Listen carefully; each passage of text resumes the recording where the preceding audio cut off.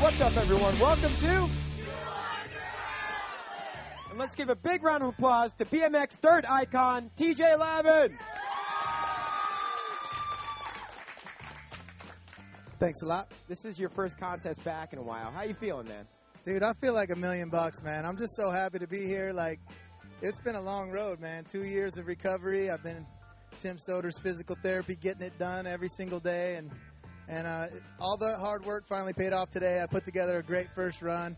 Just barely missed the finals, but I'm still real happy, so it doesn't matter. That's awesome, man. It's good to have you back. Yeah, thanks, man. And, I was out at your dirt trails doing the guide, and then you've been hurt pretty much since then. That was, what, 2 years ago now? Yeah, that was 2 years ago, and then a month after that, I snapped off my leg, and it was a tib-fib compound. It was just a mess, and it was a rough go, man, but I'm back and feel happier than ever to be here. Awesome. And you're healing up, and you're starting a new business based kind of on your injuries, on the metal that you guys put in your bodies, which I think is kind of crazy. But tell us about that. It's awesome. It's kind of interesting. It's a company called Skeletal Metal. It wasn't invented by me, and it wasn't started by me, but they approached me, and they were like, we heard you got a lot of metal in your leg. And I do. I got like a rod, a plate, 10 screws, a couple screws in the wrist. Some silverware, man. Yeah, dude. I got a lot of heat going on in myself. So anyway, they sat me down, and they were like, yo, we want to make jewelry out of the metal that's in your body. So what they did is they take like the metal that's in my body, like this is a plate for if you want to fix a bone, you're going to take this plate, it'll be straight and flat, and then they would put the screws, and the screws go in those holes, and that's what you would do to fix a bone. So they made jewelry out of it, and people really like the story, and it's just caught on like wildfire, so it's pretty cool. And is anybody actually making jewelry out of stuff coming out of their body? Like they have a plate taken out or a screw taken out? Oh, definitely. Yeah, we could do that for anyone. So, I mean, if you know, there's been a lot of neck. Not wishing harm on anyone. No. There's been a lot of neck plates and stuff that came out. Like that's what these are, like on this necklace. So, like, if you have like anything, you know, Chad Kagi has a lot of metal in them. Yeah. I know Matt Hoffman, I'm sure, has a lot. Kevin Robinson probably has a few things going on. Dennis McCoy, who knows, man? All these BMX dudes take slams. Yeah. But either way, you know, we would make custom stuff for them too, and if not, then you just like your favorite rider or whatever. Like I got a signature line coming out with the exact plate that's in my leg and the exact rod and the exact screws. You can screw them in there, do whatever you want to do, but you don't have to break bones. In case you get hurt, you're like, oh wait, screw that, put that rod back in there. Just straighten this bracelet out real quick for me, player. So, and you got a lot of other projects. You know, you got the hosting stuff you've been doing. How's that going? Yeah, the hosting is great, man. We just got back from Thailand, so watch out for that. That season's coming out right now on MTV, and we're getting ready to take off and do another one. Can't say where it's going to be, but it should be crazy, too. So I love the MTV thing. It's crazy.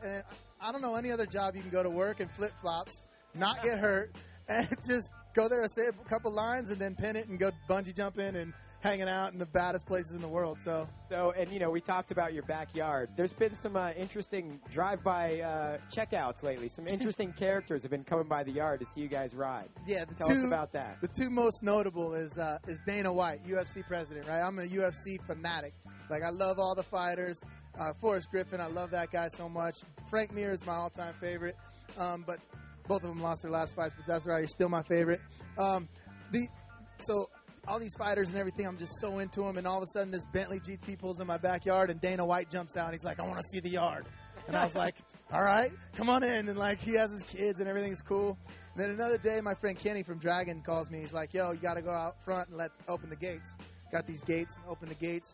This limo pulls in. It's like a Escalade, you know, like I knew it was a limo because it says CLS on the side. I said, all right, some big shot needs to come see.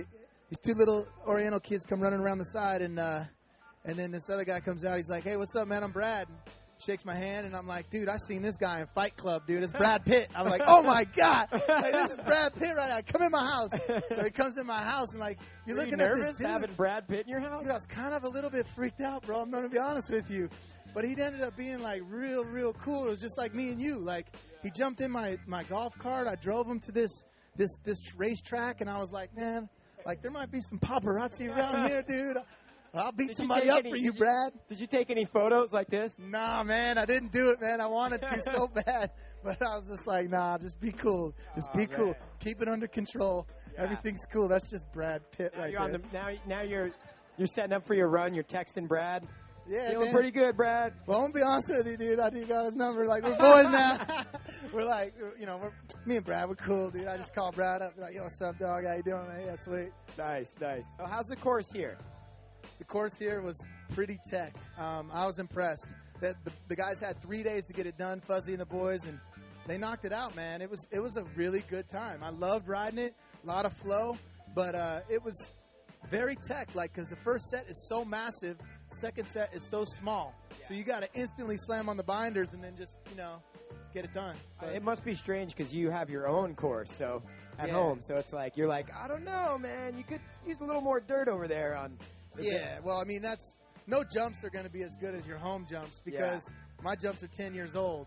Yeah. So having 10 years to build and perfect something and mold it into the fine piece of art that it is today. Yep. You know, 3 days you ain't gonna get it done. It's like a fine wine. It's like exactly. a fine wine. It comes better with age. So another project you have going, which I saw you perform, was that in Cleveland? Yeah. You were good, man. That was really thanks, good. Man. It's cool, man. Yeah. How's the music going?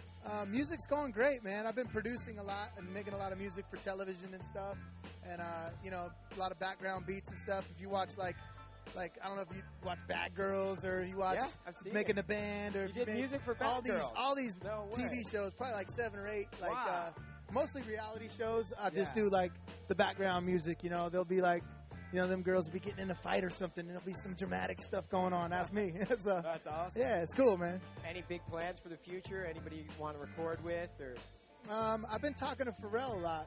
Really? So, yeah, Pharrell and I want to get together and do something. So you're not half-stepping on this whole music thing. No. I mean, I'm trying. You know, he told me I need to turn up the snare a little bit and make it crash, but I think I'm working on it. So we'll see how it goes. I mean, it's not, you know, low expectations, high results. That's what we're going for. Well, TJ, it's great to have you back on your BMX bike, Thanks, buddy. brother. Thanks for coming much. out. Round of applause for TJ Lavin.